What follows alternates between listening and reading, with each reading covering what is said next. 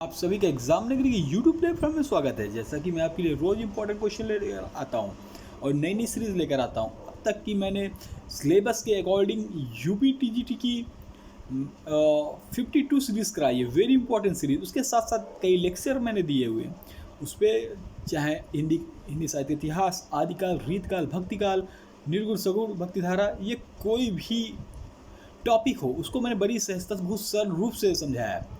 अगर आपने नहीं देखा तो आप जाकर ये वीडियो देख सकते हैं। और उससे पहले पूरे सीरीज़ जो 53 सीरीज़ हो गई हैं उन सीरीज़ों को आप एक बार ज़रूर या अवश्य देखें, क्योंकि एग्ज़ाम में ये ऐसे क्वेश्चन हैं जो कई बार रिपीटेड हुए या आने की संभावना है। तो ये क्वेश्चन बहुत ही अपने आप ही यूनिक है, तो इनको आप ज़रूर देखिएगा। ये आपको एग्ज़ाम में आपके नंबर गेनिंग करेंगे या आपको सिलेक्शन भी दिला सकते हैं, ठीक है। तो उससे पहले टीजीटी 2022 का मैंने 2021 का मैंने पेपर पूरा सॉल्व कराया। अब लेकर चलता हूँ टीजीटी 2011। इसलिए लेकर चलता हूँ टीजीटी 2011 कि आपने इससे पहले देखा होगा यूपी टेट एग्ज़ाम हुआ था। यूपी टेट जो 2021 का हुआ था, जो अभी लेटेस्ट 2021 या 22 का हुआ था, उसमें कम से कम प्रीवियस ईयर का जो पेपर था 2017 कम से कम 90 क्वेश्चन हूबहू दे दिए गए थे। 90 क्वेश्चन हूबहू दे दिए गए थे। आप नहीं जाते तो आप देख लीजिए जाकर, 2017 को उठाइए जो अभी पिछले साल हुआ है, पिछले साल नहीं, अभी जो मार्च में हुआ है उसको आप देख लीजिए। तो सेम टू सेम 90 क्वेश्चन। इसलिए ये जो प्रीवियस ईयर के क्वेश्चन होते हैं बहुत इंपॉर्टेंट होते हैं, क्योंकि एग्जामिनर जाता है कि बहुत दिन हो गए हैं या फिर आपके दिमाग से उतर गए हैं या फिर वैसे ही मिलते जुलते क्वेश्चन दे देता है जो आपके लिए बहुत ही लाभकारी सिद्ध होते हैं, ठीक है। इसलिए मैं सभी मॉडल पेपर और सभी प्रीवियस एग्ज़ाम पेपर लेकर चलूँगा, उनके कराते हुए चलूँगा। एक और अच्छी खबर है कि भैया आप लोग ये जो टीजीटी और पीजीटी की तैयारी कर रहे हैं, पीजीटी की तैयारी, इनके लिए बहुत अच्छी खबर है। एलटी ग्रेड का अध्ययन मतलब मांगा गया था, आ गया है समथिंग। उस पर 12,000 प्लस वैकेंसी सुनने में आ रहा है कि 12,000 प्लस वैकेंसी आएंगी। लेकिन हाँ, इसका थोड़ा पैटर्न अलग है। तो थोड़ा सा टीजीटी एलटी ग्रेड और टीजीटी के पैटर्न को, जो टीजीटी में और ये एलटी ग्रेड, इसका पैटर्न समझ लेते हैं। इसमें आते हैं पूरे 125 क्वेश्चन आते हैं, ठीक है। और पूरे हिंदी से रिलेटेड रहते हैं, हिंदी साहित्य और हिंदी व्याकरण। इस पर हिंदी साहित्य, विधि, व्याकरण के अलावा जीएस जीके आती है। क्या आती है? जीएस और जीके, और एक दो मैथ के क्वेश्चन उसी पे आते हैं, रीजनिंग टाइप के, ठीक है। तो आपको एक भर्ती की पढ़ाई पे 2 भर्तियों का एग्ज़ाम देने को बहुत अच्छे तरीके से पढ़ाई आपकी हो जाएगी। तो मैं अब आपके लिए जीएस जी के क्लास लेकर आऊँगा, मतलब करंट अफेयर्स जीएस जी के थोड़ा सा आता है 1-2 नंबर का, नहीं करंट अफेयर्स आता है। तो इसकी क्लास मैं डेली आपके लिए चालू करने वाला हूँ कि इस सेम पैटर्न वही है, सिर्फ जीएस जी के ऐड हो जाता है, ठीक है। तो इसके लिए आपको चैनल को तुरंत सब्सक्राइब करना, लाइक करें, बेल आइकन दबा देना है। जो भी क्लास होगी आप तक पहुँचेगी, तो सब्सक्राइब जरूर करें, तभी आपके पास क्लास आएगी, ठीक है।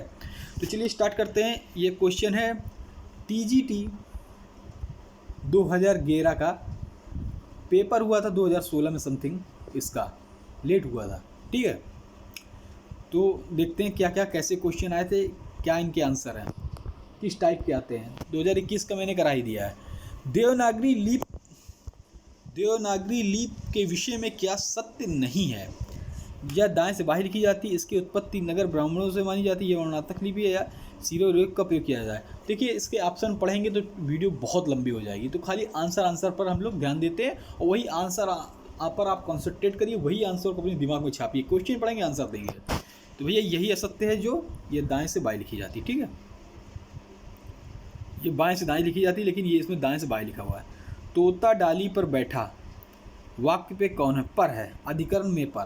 तो अधिकरण की क्या है? अधिकरण में पर भी लिखती है ना, में पर, तो पर है यहाँ पे, इसलिए अधिकरण। साधु आ रहे हैं, साधु का चयन कीजिए। तो भैया साधु बहुवचन होता है, साधुओं नहीं होता, तो साधु बहुवचन के रूप में आता है, ठीक है। निम्नलिखित में से कौन सा शब्द स्त्रीलिंग है? तो भैया स्त्रीलिंग आपको पता है, तो चना पुरुष में आ जाएगा, बाजरा ला रहे हैं, अरहर उड़द है, और जो अरहर की दाल पक रही है, ठीक है। तो ये स्त्रीलिंग शब्द में आ जाएगा। बना के आप वाक्य देख सकते हैं।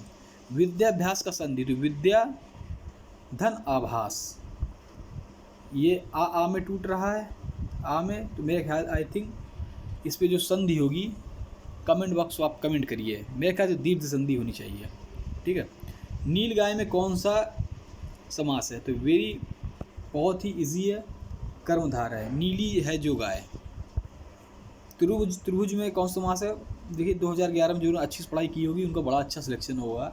बहुत ही जो क्वेश्चन है बहुत ही इजी टाइप के हैं, और ऐसे ही आते हैं, लेकिन इतने रहते हैं कि आपको 10-50 इजी लगेंगे, फिर बात को आपको टफ लगने लगेंगे, तो ऐसा कॉन्सेप्ट रहता है।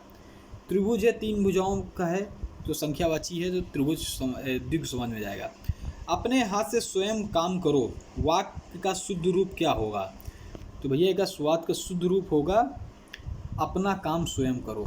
ठीक है, आंसर पर पुटअप करेंगे। रामायण शब्द रूप में कौन सी विभक्ति? तो ये संस्कृत व्याकरण, संस्कृत साहित्य पे कमांड रखी है, तृतीया विभक्ति है। आपको ये सब आने चाहिए रूप राम के। बादल का पर्यायवाची क्या है? नहीं है, नहीं पूछा, नहीं। अभ्र है, जीभूत है, वारिद, मरकट नहीं, मरकट बंदर का होता है। चलिए, ये बहुत बार पूछा जाता है। मैंने विलोम शब्द का एक वीडियो डाला हुआ है, बनाकर क्लास अभ्यास कराया है, उसमें ये मैंने बताया भी है। अर्वाचीन, तो अर्वाचीन का होता है प्राचीन। ठीक है। आकृत शब्द का समभिन्नार्थक शब्द, तो आकृति का होगा जो भिन्न समभिन्नार्थक समरूप। छाती के बल चलने वाला, जो छाती के बल चलता है, छाती के बल चलने वाला उरंग, उरग। भुजंग, भुजंग माने सांप होता है शायद। छाती के बल चलने वाला, सांप भी छाती के बल चलता है, उरग इसका आंसर होगा। ठीक है। बरस पड़ना मुहावरे का सही अर्थ है, मतलब रमेश को चोरी करता देख उसकी मम्मी उस पर बरस पड़ी, अत्यधिक क्रोधित होना। छठी का दूध याद आना, कहते हैं नहीं छठी का युद्ध याद दिला देंगे जब लड़ाई होती है तो बुरा हाल होना। छठी का युद्ध याद आना, करना नहीं, याद आना, बुरा हाल होना। देखिए कालिदास के मैंने सभी नाटक बताए हैं। देखिए जो मैं टॉपिक से आपको एक एक बता रहा हूँ, और मैंने एक वीडियो डाला है कि टॉपिक से टीजीटी पीजीटी की तैयारी कैसे करें, किस टॉपिक से कितने नंबर का आता है, कैसे सिलेक्शन ले। वीडियो पढ़िए, आपने नहीं देखी तो उसको देखिए, और उसी के हिसाब से मैं पढ़ाई करवा रहा हूँ। जो मैं आपको यहाँ पे अपने यूट्यूब चैनल पे पढ़ाई करा रहा हूँ, ठीक है, बता रहा हूँ आपको इम्पोर्टेंट क्वेश्चन, तो वो सभी टॉपिक से है। टॉपिक से कोई क्वेश्चन बाहर का नहीं। एग्ज़ाम में बैठेंगे तब आप कमेंट करिएगा सर कि कोई बाहर से आया हो। देखिए मैंने आपको कालिदास के पूरे नाटक के बारे में बताए, भास के बताए, भारवी के बताए, महाकाव्य बताए, जन्म स्थान बताए, उपनाम बताए, संस्कृत के श्लोक बताए उनके, सभी का वीडियो पड़ा हुआ है, आप जाकर देख सकते हैं। कम से कम 4 पार्ट में वीडियो है इनका, और कम से कम 250 मॉक टेस्ट है, देख लीजिए। मल्लिका अग्निमित्रम, मतलब मलविका और अग्निमित्र की प्रेम कथा इसमें किसका है? कालिदास का। क्या है? कालिदास का ये नाटक है, लिखा हुआ है। कितने सर्ग हैं इसमें? 5। पूछता है। अभिज्ञान शकुंतलम में 7, उर्वशी वर्षोसियम एक है, हाँ उसमें भी 5 हैं। ठीक है, नाम नहीं याद आ रहा अभी थोड़ा सा। इनमें से कौन सी रचना कालिदास की नहीं है? हाँ विक्रम और सियम। ठीक है, अभी बता देता हूँ आपको, पूरा पोस्टमार्टम करूँगा इसका। अभिज्ञान शकुंतलम, इसमें 7 सर्ग हैं, 7 कालिदास जी का है। सबसे प्रिय नाटक, सबसे प्रसिद्ध नाटक है। इसका एक श्लोक मैंने बताया था कि चौथे श्लोक की चौथी लाइन बहुत ही रमणीय है। श्लोक बताया था किसका है? इसमें दुष्यंत और शकुंतला की प्रेम कहानी है। अभिज्ञान का मतलब, अभि का मतलब क्या है? अंगूठी का, ठीक है, अंगुष्ठ का, अंगूठी। मल्लिका विक्तम, इसमें कितने सर्ग हैं? अभिज्ञान में 7, मल्लिका में 5। विक्रमो वशियम, राधा विक्रम और उर्वशी की प्रेम कथा है, और इसमें मल्लिका और अग्निमित्र की प्रेम कथा है, और इसमें भी 5 है, और अभिज्ञान में 7 है। तो जो ये नाटक दिया हुआ है इनका, प्रतिभा नाटकम, ये नहीं है। बहुत ही अच्छा पढ़ा है, आप देख सकते हैं, एक बार पढ़ लेंगे भूलेगा नहीं। देखिए मैंने पढ़ा हुआ है, मुझे भूलता नहीं कभी। मालती माधवम रचना के लेखक का नाम बताइए। तो मैंने बताया ना आपको, भारवी, भास, भवभूति, माघ। और माघ का मैंने आपको बहुत अच्छा बताया था कि जिनमें तीनों समान हो, पदलिप्ता, उपमा, और एक और था पदलिप्ता, उपमा, एक और था, वो तीनों किस में मिलते हैं? हमारे माघ में मिलते हैं। तो मालती माधवम भवभूत जी की है। कालिदास की मैंने बताया था, कालिदास की ये हैं सब, ये अभिज्ञान संकुलम विक्रमोर्वशीयम। श्रीहर्ष की है नैषधि चरित्रम। कितने हैं सर्ग इसमें? 22। भास की मैंने बताई है, क्या है? अवन सुंदरी किसकी है? कमेंट बॉक्स में कमेंट करिए। चलिए, इनमें से कौन सी रचना भारवी की है? अभी भारवी की, तो देखिए किराता अर्जुनियम है, ये भारवी की है।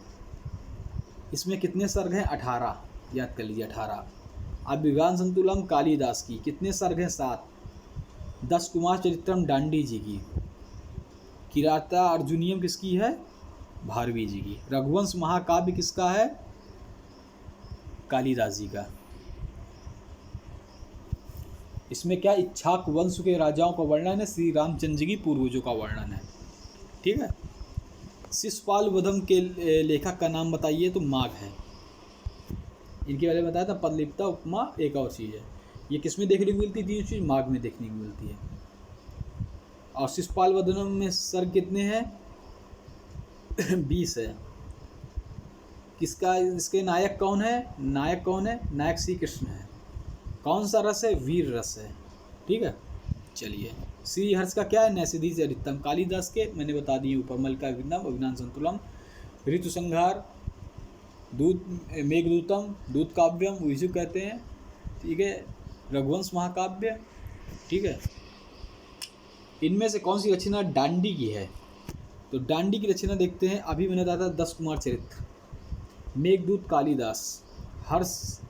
हर्षचरित किसकी है? कमेंट बॉक्स में कमेंट करिए। सूरज विजय की कमेंट बॉक्स में कमेंट करिए। ठीक है। और मेघदूत हमने किसको बताया? तो मेघदूत में क्या, जैसे पूछ लेता है मेघदूत को, उसको दूत काव्यम भी कहते हैं और गीत नाटकम कहते हैं। किसमें? गीतों का है। गीत नाटक मतलब यक्ष द्वारा विरह का,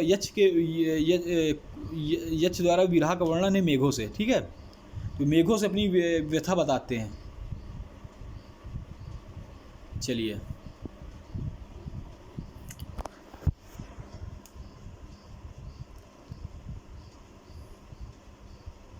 हर्षचरित किसकी है? बाणभट्ट की। कादम्बरी किसकी? बाणभट्ट की। शिवराज भूषण को कमेंट बॉक्स में कमेंट करिए किसकी है। नैषधि चरित्रम। नैषधि चरित्र सर्ग कितने? 22। किसने लिखा? श्रीहर्ष ने। डांडी की मैंने अभी बताया, डांडी की 10 कुमार चरित्रम। ठीक है। चलिए और देख लेते हैं 23वां। विद्यालय का संधि विच्छेद। चलिए, विद्यालय का संधि विच्छेद क्या होगा? विद्या धन आलय। क्या होगा? विद्या धन आलय। विकल्प नंबर आपका ए दिख रहा है, ये नहीं हुआ। ठीक है। महोत्सव। महोत्सव में कौन सी संधि होगी? गुण। महादंसो आई थी। चलिए, सच्चित। सच्चित में संधि कौन सी पूछ रहा है? सच्चित में संधि। चलिए, सच्चित में कौन सी संधि? तो वृद्धि, गुण, यन या इश्चित संधि। तो सच्चित में संधि होगी आपकी, एक मिनट इसको बड़ा कर लें जरा, थोड़ा साफ साफ लिखिए। इश्चित संधि। ठीक है। ग्रह गच्छति शब्द में संधि कौन सी है? ग्रह गच्छति, तो इसकी होगी ग्रहम गच्छति। ठीक है। चलिए और आगे चलते हैं। महात्मा कौन सा समान? महान है जो आत्मा, कर्मधारा है। प्रतिदिनम, तो दिनम दिनम प्रति, समास विग्रह करना, तो दिनम दिनम प्रति। शरिते शब्द में कौन सी विभक्ति है? तो चतुर्थी है आपकी शरिते शब्द में। रूप याद होना चाहिए। जगता शब्द में रूप में कौन सा वचन है? संस्कृत का बहुत भैया बहुत नंबर आते हैं, मैंने बताया था संस्कृत साहित्य संस्कृत व्याकरण से कम 25 क्वेश्चन, मतलब 25 चौक 100 नंबर का आता है। जगता एक वचन है। चलिए, तिष्ठति कौन सा लकार है? तो भैया लेट लकार है। अपिवत धातु में कौन सा लकार है? लोंग लकार है,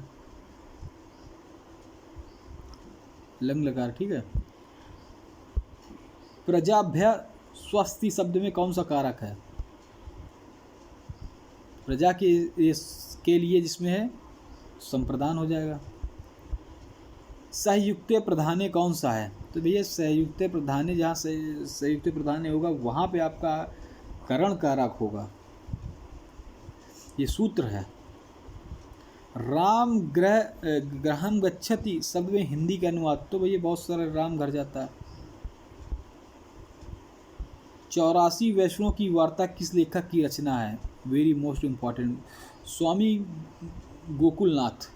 तो ये आपका कौन सा चल रहा था? ये TGT 2011 का पेपर है। किसका? 2011 का। अगर आपको अच्छा लग रहा है, एक्सप्लेन करना अच्छा लग रहा है, तो कृपया कर चैनल को लाइक कर दें और सब्सक्राइब कर दें, फिर उसके बाद शेयर कर दें। चलिए, रानी केतकी कहानी, ये है रानी केतकी कहानी है ईशा अल्लाह खां। किसकी है? ईशा अल्लाह खां। रानी केतकी कहानी ईशा अल्लाह खां। और सदल मिश्रा की कहानी के कमेंट बॉक्स में कमेंट करेंगे कौन सा नाटक कहानी है। इनमें सदल मिश्रा की रचना कौन सी है? वो आ गया, चलिए रहने दीजिए। सदल मिश्रा की रचना कौन सी है? तो नासिकेतोपाख्यान, डी नंबर।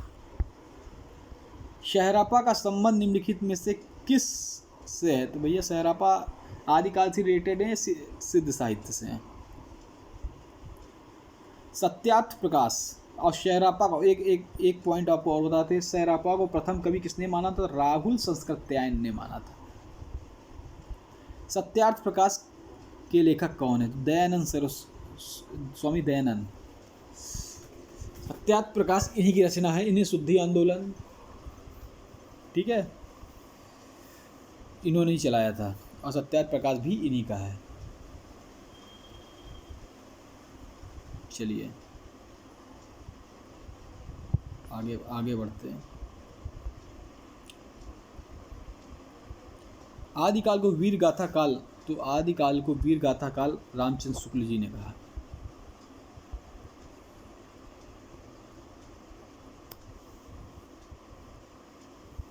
और आर्य समाज की स्थापना किसने की? आर्य समाज की तो स्वामी दयानंद सरस्वती जी ने की, ठीक है। पृथ्वी रासों के रचयिता, बहुत बढ़िया क्वेश्चन, चंद बरदाई। अमीर खुसरो खड़ी बोली के नरपति नल्ला जगनिक, इनकी भी रासो ग्रंथ है। कबीर दास किस काव्य धारा का प्रतिनिधित्व करते हैं? बहुत अच्छा आपको पढ़ाया है भक्ति काल में, हमने भक्ति काल में आपको बहुत अच्छा पढ़ाया है। चलो फिर से आपको एक्सप्लेन कर देते हैं। संत काव्य से रिलेटेड है और ये निर्गुण भक्ति धारा पे आते हैं कबीर दास जी। सूफी काव्य धारा पे जायसी जी आते हैं, ये भी निर्गुण धारा के अंतर्गत। राम काव्य ये सगुण भक्ति धारा है, इसके अंदर तुलसीदास जी आते हैं। और ये कृष्ण भक्ति धारा है, इस कृष्ण भक्ति धारा है, इसके अंदर आपके सूरदास जी आते हैं, ठीक है।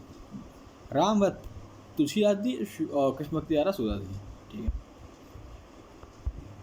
खुमार रासों के रचयिता कौन है? तो खुमार रासों के अगर रचयिता देखेंगे तो दलपत विजय है। इनमें से कौन सा कवि संत कवि नहीं है? चलिए इसको भी देख लेते हैं। ये हैं आपके संत कवि। गुरु नानक भी संत कवि हैं, चंडी शतक इन्हीं का, चंडी शतक। रैदास भी हैं। तुलसीदास जी संत कवि नहीं हैं। ये किस भक्ति धारा में है? ये सगुण भक्ति धारा में आते हैं और राम भक्ति काव्य में, ठीक है। इनमें से सूफी काव्य धारा का कौन सा कवि नहीं है? इसको भी देख लेते हैं। मुल्ला दाऊद हैं, जायसी भी हैं, कुतुबुन हैं, लेकिन आपके नाभादास नहीं है। जायसी पद्मौन, मुल्ला दाऊद की चंदायन, कुतुबुन की कमेंट बॉक्स में कमेंट करिए। निर्गुण काव्य धारा की प्रवृत्ति कौन सी है? तो जो निर्गुण काव्य धारा की प्रवृत्ति है वो रूढ़वादियों एवं बाह्यडंबरों का विरोध करना, ठीक है। पद्मावत के रचयिता जस्ट अभी मैंने बताया आपको ऊपर, जायसी। कुतुबुन मुल्ला दाऊद को बता चुका हूँ, और उसके बाद आप मंझन को बताइए, ये 3 के लिखिए। पद्मावत किस भाषा में लिखा गया है? वेरी मोस्ट इम्पॉर्टेंट, ये भी बहुत अच्छा पढ़ा चुका हूँ, अवधी भाषा में। चलिए जल्दी जल्दी देख लेते हैं, ख़त्म करते हैं इसको। अष्टायाम के रचयिता कौन है? अष्टायाम के कौन सा नंबर है अभी हम लोग देख रहे हैं, तो आपके अष्टायाम के रचयिता नाभादास जी हैं। 252 वैष्णव की वार्ता के लेखक कौन है? तो आपके गोकुलनाथ जी हैं। नंददास किस काव्यधारा से संबंधित हैं? तो नंददास जी कृष्ण काव्यधारा से संबंधित हैं। सूरसागर किस भाषा की कृति है? तो सूरसागर आपकी ब्रज भाषा की कृति है। इनमें से सूर की रचना कौन सी नहीं है? तो देखिए सूर की रचना है सूरसागर, इनकी सूर की रचना है सूरासरवली साहित्य लहरी है। ये डी नंबर जो है रास पंचाध्यायी ये नहीं है। इनमें से कृष्ण भक्त कवि नहीं है। तुलसीदास मैंने बताया था सगुण भक्तिधारा पे राम भक्तिधारा के कवि हैं। सूरदास, कृष्णदास, रसखान, ये सब कृष्ण भक्तिधारा के। तुलसीदास की भक्ति का स्वरूप था? तो तुलसीदास का बहुत इंपॉर्टेंट क्वेश्चन 2500 बार पूछ चुका है, दास स्वरूप था। इनमें से कौन सा ग्रंथ तुलसी द्वारा रचित नहीं है? तो देखिए गीतावली इनका है, दोहावली इनका है, विनय पत्रिका इनका है। पूछता किस भाषा में लिखी गई? कमेंट बॉक्स में कमेंट करिए। रसमंजरी इनका नहीं है। इनमें से कौन सा महाकाव्य अवधी में लिखा गया है? तो रामचरितमानस अवधी में लिखा गया है तुलसीदास द्वारा। रीतकालीन कवियों की काव्य भाषा क्या थी? तो रीतकालीन कवि थे अवधी खड़ी बुंदेली, तो इनकी ब्रज भाषा थी। ब्रज भाषा किस में आती है? तो ब्रज भाषा की पश्चिमी बोली पे आती है। चलिए रीतकाल की उस कवि का नाम बताइए जिसने वीर रस में कविता लिखी है। तो भैया भूषण ने लिखी है वीर रस में कविता। बिहारी सस्सई किस भाषा का काव्य ग्रंथ है? तो बिहारी सस्सई आपका ब्रज भाषा का है। सुजान शब्द का प्रयोग किस कवि की कविता में सर्वाधिक हुआ है? तो सुजान शब्द का घनानंद जी की इस कविता में सर्वाधिक हुआ है। 63 देख लेते हैं। इनमें से कौन सा कवि रीत मुक्त नहीं है? तो ये सब रीत मुक्त हैं। आपको पढ़ा चुका हूँ रीत मुक्त वाले कवियों की, आपको मैंने बहुत ही अच्छा पढ़ाया जब मैंने रीतकाल पढ़ाया है केशवदास जी। एक बार देख लीजिए वीडियो जाकर, एक बार में आपको समझ में आ जाए, कभी नहीं भूलेंगे। कवि प्रिया के रचनाकार भैया केशव जी हैं। इनमें से कौन सी भारतेंद्र हरिश्चंद्र की रचना नहीं है? तो पहले देख लेते हैं कौन सी है। वैदिक हिंसा हिंसाना भवती ये है। विश्वमौषधम ये है। बादशाह दर्पण पद्मावती नहीं है, ये पद्मावती है। पद्मावती किसकी है? जायसी जी की, जायसी जी की। इनमें से कौन सा नाटक भारतेंद्र जी का नहीं है? तो देख लेते हैं कौन सा नाटक है उनका। भारत दुर्दशा इनका भारतेंद्र जी की। नील देवी है, प्रेम जोगिनी, रणधीर प्रेम मोहिनी नहीं है इनका। हिंदी समालोचना सूत्रपात के लिए भारतेंदु युग की कौन सी पत्रिका उल्लेखनीय है? तो हरिश्चंद्र पत्रिका जो है उल्लेखनीय है। इनमें से सरस्वती पत्रिका के संपादक का क्या नाम है? तो सरस्वती जो पत्रिका के संपादक है, वेरी इंपॉर्टेंट क्वेश्चन ये एक आता है। एक मैं पत्रिका का प्रकाशन वर्ष लेकर आया हूँ वीडियो, उसको जरूर देख लीजिएगा। किसकी है, किस सन में है? तो महावीर प्रसाद द्विवेदी जी का है। छायावाद को स्थूल के प्रति सूक्ष्म का विद्रोह किसने कहा है? कौन से किसने कहा? भैया कौन आलोचक हो सकते हैं? कौन हो सकते? डॉक्टर नागिन ने। कौन सा कवि छायावादी नहीं है? तो पहले देख लेते हैं कौन है। निराला है, पंत है, प्रसाद है, जायसी नहीं है। ये सब भक्ति काल के हैं और निर्गुण भक्तिधारा पे सूफी संत काव्य के हैं। छायावाद के प्रमुख कवियों में किसमें गीतों की मधुर वेदना मर्माव्यक्ति अधिक है? तो भैया जो मर्माव्यक्ति है महादेवी वर्मा जी की है। इनकी गिल्लू देख लीजिए, निर्जा देख लीजिए, बहुत सी इनकी लिखी हुई हैं। प्रगतिवादी काव्य सृष्टि है, तो ये आपकी वर्ग चेतना का प्रधान है। इनमें से कौन सी रचना केदारनाथ अग्रवाल की नहीं है? देख लेते हैं कौन सी है। युग की गंगा केदारनाथ की, नींद के बादल है, आग का झरना है, युगधारा नहीं इनकी। युगधारा किसकी, कमेंट बॉक्स में कमेंट करिए। प्रयोगवाद के प्रवर्तक के अनुसार प्रयोगवादी कवि का मुख्य कथ्य क्या था, कथन क्या था? तो भैया इनका जो कथन था प्रमुख, वो नई राहों का अन्वेषण था, मतलब खोज। चलिए यहाँ तक 74 तक मैंने करा दिए हैं। अब इसके भाग का पार्ट 2 में कराऊंगा, ठीक है? वीडियो ज़्यादा लंबी हो रही है।